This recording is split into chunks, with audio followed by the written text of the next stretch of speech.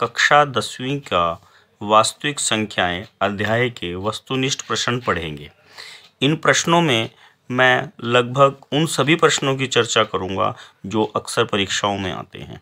जैसे यहाँ पे मैंने 5 संख्याएं लिखी हैं 0.375, 0.104, 0.0875, 0.125 और 15.75। इन सब को P/Q के रूप में लिखना है। जैसे 0.375 है, इसको हमने डेसिमल को हटाना है तो हम क्या करेंगे, डेसिमल के नीचे 1 लगा देंगे। उसके बाद जितने अंक हैं उनके पीछे उतनी जीरो लगा देनी है, तो हमारे पास आ जाएगा 375/1000। ऑप्शन में आपको अगर ये आंसर दिया है तो आप इसको टिक कर दोगे। अगर इसको सरलतम रूप में लिखने को कहा गया है या ऑप्शन में सरलतम रूप है तो इसको हमें 5 से काटना है। 5 7 35 और बच गए 2, 25, 5 5 25। 5 से काटेंगे 200 आ जाएगा, 5 से काटेंगे 15 आ जाएगा और 5 से काटेंगे 40 आ जाएगा। इसको 5 से काटा 3 आ गया और इसको 5 से काटा 8 आ गया। हमारे पास 3/8 एक दूसरा ऑप्शन आ गया। परंतु कई बार क्या करता है, वो इसी ऑप्शन को पावर में कन्वर्ट करके ऑप्शन में डाल देता है। तो आपने दिए गए जो सभी विकल्प हैं उनमें से चुनना है। ये दिया हुआ है, ये दिया हुआ है या ये दिया हुआ है। अगर तीनों दिए हुए हैं तो उपरोक्त सभी आ जाएगा, अदरवाइज इनमें से जो भी होगा वो आपका आंसर आ जाएगा। एक और हम प्रश्न सॉल्व करके देख लेते हैं। 0.0104, इसको दशमलव में बदलना है, दशमलव को हटाना है तो दशमलव के नीचे हम 1 लगा देंगे और दशमलव के पीछे जितने अंक हैं उतनी जीरो। अगले प्रश्न में जैसे 0.104 को इसका हमने दशमलव हटाना है तो उसी तरह हम दशमलव के नीचे 1 लगाएंगे, दशमलव के पीछे जितने अंक हैं उतनी जीरो लगा देंगे, तो हमारे पास आ जाएगा 104/1000। यहाँ पे फिर इसको हम काट के जो है, जैसे 2 से काटा 5 आ गया और 2 से काटा 2 आ गया और 2 से काटेंगे ये 500 आ जाएगा। फिर 2 से काटा 26 आ गया, 2 से काटा 250 आ गया, फिर 2 से काटा 13 आ गया और 2 से काटा 125 आ गया। हमारे पास उत्तर आ गया 13/125। ऑप्शन जो भी हो, जैसे 104/1000 ऑप्शन में दिया हुआ हो या 13/125 दिया हो या 104 की यहाँ से जैसे पावर कन्वर्ट करी हो तो हम इसको 10 की पावर 3, जो भी ऑप्शन में दिया हो आपने उसको टिक करना, वो आपका आंसर आ जाएगा। आपने 0.0875, 0.125 और 15.75 को हल करना है। अगर आपने मेरे चैनल को अभी तक सब्सक्राइब नहीं किया तो इसे सब्सक्राइब करें और लाइक करें। इन प्रश्नों को हल करने में अगर कोई दिक्कत आए तो आप कमेंट बॉक्स में लिखें, आपको अगले वीडियो में उसका उत्तर मिलेगा। प्रश्न नंबर 6, इसमें हमने 12 और 20 का HCF और LCM के बीच में संबंध बताना है। सबसे पहले हम इसके गुणनखंड बनाएंगे। 12 के गुणनखंड बनाए, 2 से भाग करेंगे 6 आएगा और 2 से भाग करेंगे 3 आएगा। इसी प्रकार 20 के गुणनखंड बनाएंगे, 2 से भाग करेंगे 10 आएगा, 2 से भाग करेंगे 5 आएगा। अब बच्चों 12 के गुणनखंड क्या बने हमारे पास, 2 × 2 × 3 और 20 के गुणनखंड क्या बने हमारे पास, 2 × 2 × 5। अगर हमने HCF निकालना है, ये कॉमन है और दोनों में ये कॉमन है, तो हमारे पास HCF क्या आ जाएगा, 2 × 2 = 4। अब हमारे पास LCM का फार्मूला क्या है, प्रथम पद गुणा दूसरा पद बटे में HCF।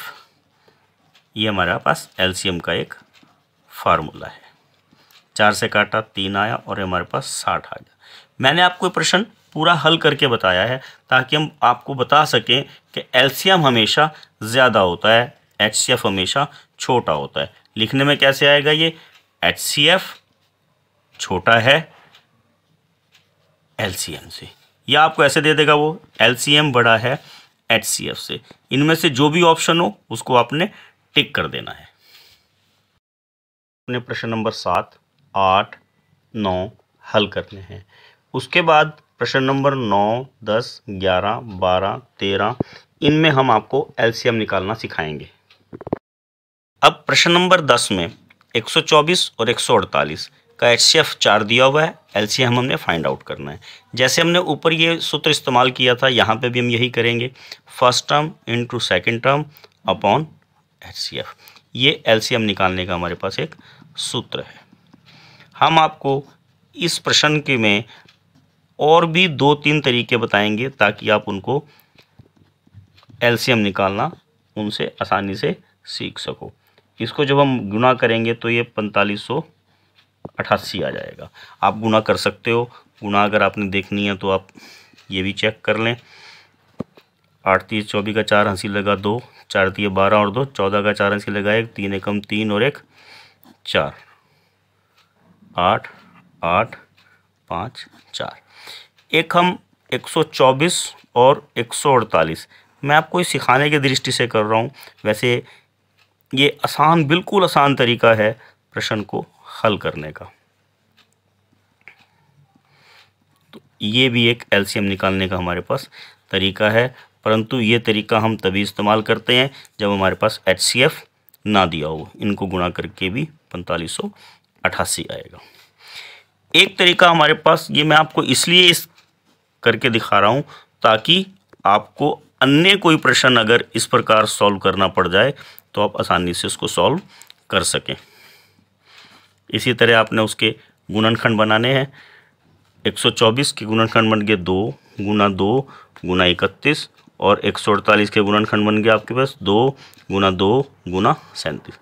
जो तो इनमें आपके पास कॉमन संख्याएं हैं वो तो आपने ऐसे कैसे लिख लेनी है, और बाकी शेष संख्याओं को आपने सम्मिलित सभी को कर लेना है। ये हमारे पास एलसीएम आ गया। इसको मल्टीप्लाई करेंगे, वही सेम डिजिट है, तब यहाँ पे भी हमारे पास 4588 आएगा। एक तरीका हमारे पास, ये मैं आपको इसलिए इस करके दिखा रहा हूँ ताकि आपको अन्य कोई प्रश्न अगर इस प्रकार सॉल्व करना पड़ जाए तो आप आसानी से उसको सॉल्व कर सकें। इसी तरह आपने उसके गुणनखंड बनाने हैं। 124 के गुणनखंड बन गए 2 गुना 2 गुना 31 और 148 के गुणनखंड बन गए आपके पास 2 गुना 2 गुना 37। जो तो इनमें आपके पास कॉमन संख्याएं हैं वो तो आपने ऐसे कैसे लिख लेनी है, और बाकी शेष संख्याओं को आपने सम्मिलित सभी को कर लेना है। ये हमारे पास एलसीएम आ गया। इसको मल्टीप्लाई करेंगे, वही सेम डिजिट है, तब यहाँ पे भी हमारे पास 4588 आएगा। आपने प्रश्न नंबर 11, 12, 13 ये स्वयं हल करने हैं। अगर इनको हल करने में आपको कोई दिक्कत आए, कोई डाउट हो तो आपने कमेंट्स बॉक्स में लिखना है, अगली वीडियो में आपको उसका हल मिलेगा। नंबर 14, इनमें हमने भिन्न, शांत या अशांत बताने हैं। यहाँ पे हमारे पास 3 भिन्न दिए हुए हैं, 2/15, 7/80 और 3/14। इसको हमने बताना है ये भिन्न शांत हैं या अशांत हैं। इसका हमारे पास सबसे सरलतम तरीका क्या होता है, हमने 15 के गुणनखंड बना लेने। जैसे 15 के गुणनखंड क्या होंगे, 3 पंजे 15, तो 2/3 गुना 5, इनमें आपस में कोई नहीं कटता तो इसको ऐसे ही छोड़ दो। 7/80, 80 के फिर हमने गुणनखंड बना के देख लिए। 2 से भाग करा 40, 2 से भाग करा 20, 2 से भाग करा 10 और फिर 2 से भाग करा 5। ये क्या आ गया, 1 2 3 4, यानी कि 2 की पावर 4 गुना 5। उसी प्रकार 3/14, अगर हम इसको सीधा लिख लें तो 2 गुना 7 हो जाएगा। जिन संख्याओं के हर में 7 हो या 3 हो, ये सब संख्याएं अशांत संख्याएं होती हैं, और जिनके बटे में 2 या 5 का गुणनफल हो या 2 या 5 अकेली हो, ऐसी संख्याएं शांत संख्याएं कहलाती हैं।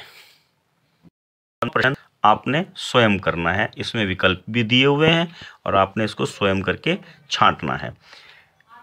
16वां प्रश्न, इसमें फिर हमारे पास क्या है, परिमेय संख्याओं के प्रसार बताने हैं, किसके शांत हैं किसके अशांत हैं।